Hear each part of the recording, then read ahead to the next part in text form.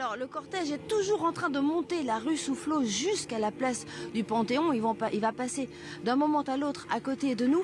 Alors, ce que vous avez vu sur les images, ce que vous voyez sur les images, ce n'est pas le cercueil de Joséphine Baker, puisque ces 12 enfants ont souhaité qu'elle continue de reposer au cimetière de Monaco, aux côtés de son mari, aux côtés d'un de ses enfants qui est décédé, et aux côtés de la princesse Grace Kelly, qui, vous le savez, l'a beaucoup aidé à la fin de sa vie quand elle était totalement désargentée.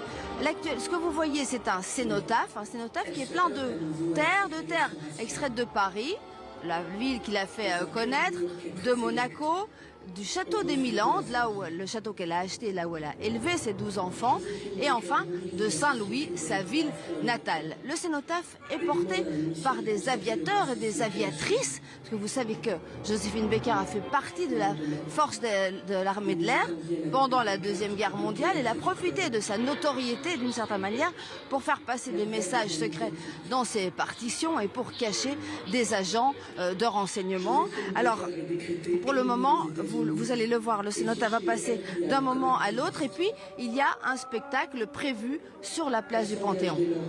Un spectacle donc prévu, Pascal, et Emmanuel Macron qui va prendre la parole tout à l'heure. Comment ça va se dérouler ? Alors en fait, sur la place du Panthéon, sur la façade du Panthéon, il y a les autres facettes de la vie de Joséphine Baker qui vont être déclinées. Sa vie d'artiste bientôt, bien sûr, danseuse, chanteuse, sa vie de militante pour les droits civiques, contre le racisme, et puis sa vie de militante aussi féministe. Et puis tout à l'heure, juste avant que nous prenions l'antenne, sur la place du Panthéon, il y avait une ambiance incroyable parce qu'il y a beaucoup d'écoles qui ont été conviées à ce moment.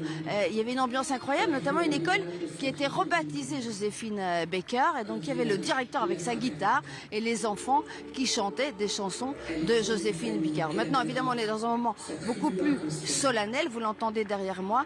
Sa vie est racontée par une comédienne, et au moment où je vous parle, je vois le cénotaphe qui passe sur la rue Soufflot et qui va arriver d'un moment à l'autre sur la place du Panthéon.